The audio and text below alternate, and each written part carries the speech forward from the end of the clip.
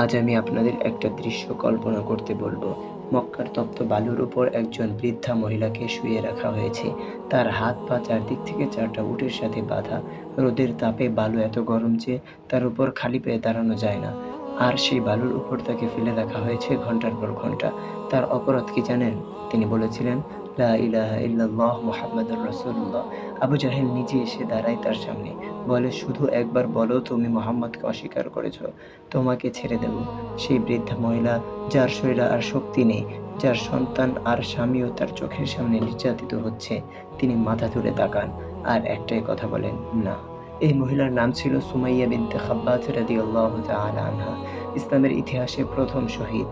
তার স্বামী ইয়াসির রাদিয়াল্লাহু তাআলা আনহু তার পাশে শহীদ হন, আর তাদের ছেলে আম্মার ইবনে ইয়াসির রাদিয়াল্লাহু তাআলা আনহু বাবা মায়ের রক্তমাখা লাশের পাশে দাঁড়িয়ে বেঁচে থাকেন, শুধু এই কারণে যে নবী সাল্লাল্লাহু আলাইহি ওয়াসাল্লাম তাকে সবর করতে বলেছিলেন।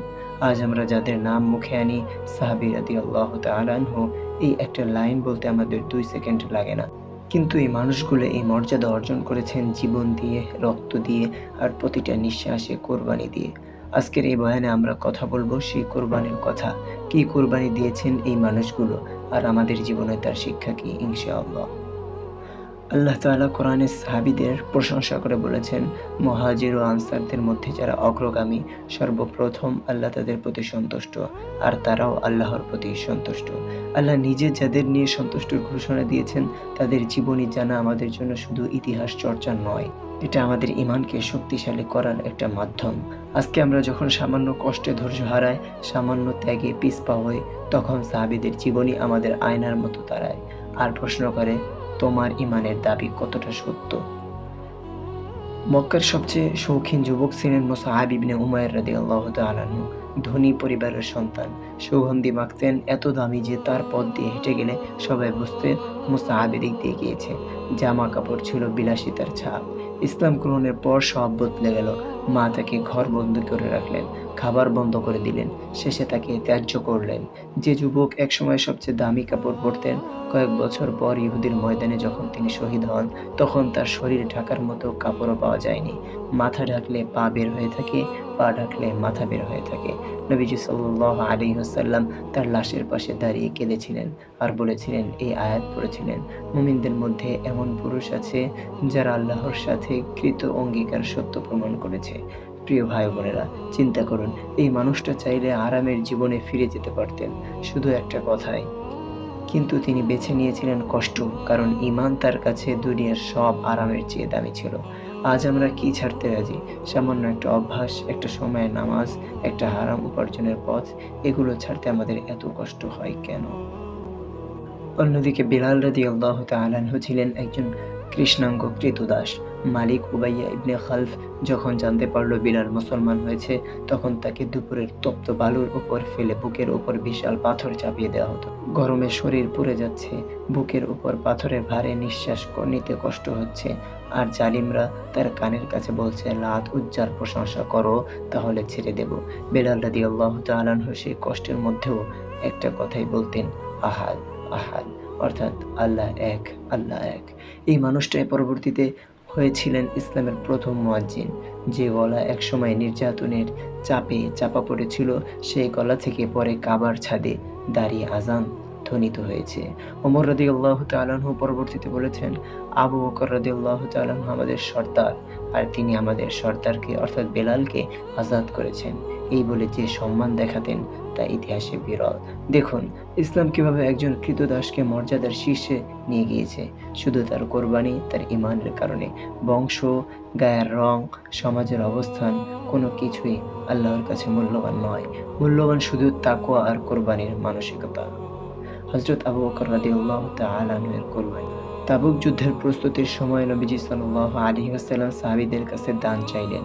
ওমর রাদিয়াল্লাহু তাআলা আনহু নিজের অর্ধেক সম্পদ নিয়ে আসলেন। ভাবলেন আজ তিনি আবু বকরকে ছাড়িয়ে যাবেন, কিন্তু আবু বকর রাদিয়াল্লাহু তাআলা আনহু ঘরের সব কিছু নিয়ে হাজির হলেন।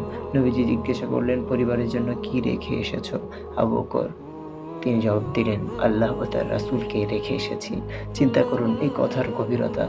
সব সম্পদ চলে গেছে, ঘরে খাবার নেই, কিন্তু তার মুখে কোনো দুশ্চিন্তা নেই, কারণ তার ভরসা আল্লাহর উপর। আজ আমরা যখন সামান্য দান করি তখন বারবার হিসাব করি এত দিলে আমার কি থাকবে, অথচ আবু বকর রাদিয়াল্লাহু তাআলা আনহু প্রমাণ করে গেছেন প্রকৃত বরকত থাকে আল্লাহর পথে দেওয়ার মধ্যে, জমিয়ে রাখার মধ্যে নয়। মক্কা থেকে মদিনায় হিজরতের সময় সাহাবীরা রেখে গিয়েছিলেন তাদের ঘরবাড়ি, ব্যবসা, স্বজন সবকিছু। সুহাইব রুমি রাদিয়াল্লাহু তাআলা আনহু যখন হিজরত করতে চাইলেন, কুরাইশরা বাধা দিল। বলল, তুমি এখানে এসেছিলে গরিব অবস্থায়, আমাদের এখানে সম্পদশালী হয়েছ, এখন সব রেখে চলে যাবে? এটা হয় না।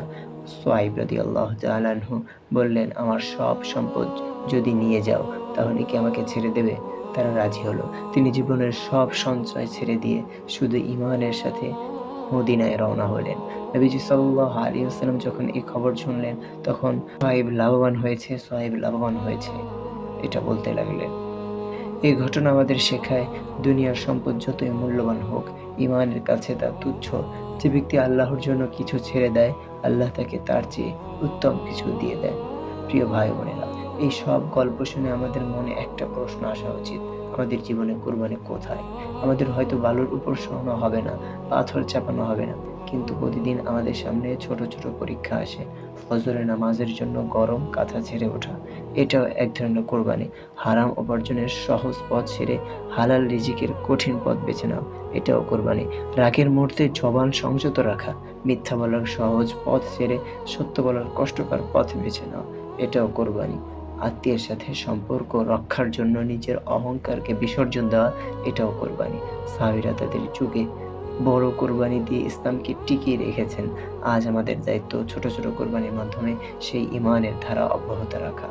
আসুন আজকের বয়ান শেষ করি সেই সুমাইয়া রাদিয়াল্লাহু তাআলা আনহার কথা দিয়ে, যেখানে থেকে আমরা শুরু করেছিলাম। তার রক্তেই ভেজা ছিল ইসলামের প্রথম ভিত্তি। তার কোরবানির উপরেই দাঁড়িয়ে আছে আজকের এই দিন, যা আমরা এত সহজে পালন করছি। আল্লাহ তাআলা আমাদের সবাইকে সাহাবীদের জীবনী থেকে শিক্ষা নেওয়ার এবং তাদের পথ অনুসরণ করার তৌফিক দান করুন। আমাদের ঈমানকে মজবুত করুন, আর ছোট বড় সব কোরবানির ক্ষেত্রে আমাদের ধৈর্য ও দৃঢ়তা দান করুন। আল্লাহুম্মা আমিন। সুবহানাকাল্লাহুম্মা বিহামদিকা আশহাদু আল্লা ইলাহা ইল্লা আনতা আস্তাগফিরুকা ওয়া আতুবু ইলাইক। আসসালামু আলাইকুম ওয়া রাহমাতুল্লাহ।